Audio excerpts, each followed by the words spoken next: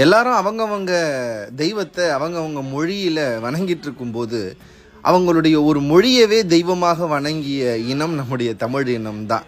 அதுக்கு ஒரு சாட்சி தான் இதோ நீங்கள் பார்த்துட்ருக்கிற இந்த தமிழன்னைக்கான கோயில். நம்ம காரைக்குடியில் முதலாக கட்டப்பட்ட தமிழன்னைக்கான முதல் கோயில்.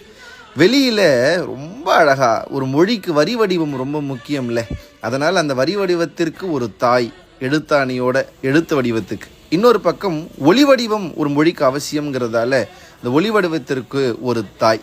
இந்த இரண்டு பேரும் வெளியே நிற்க, ஒரு பக்கம் தமிழிலே இலக்கண வகுத்த தொல்காப்பியர், இன்னொரு பக்கம் அகத்திய மாமுனி வணங்கி நிற்க, அதற்கு நடுவிலே கம்பீரமாக நம்முடைய தமிழ் தாய் காட்சி தரக்கூடிய அற்புதமான ஒரு இடம்.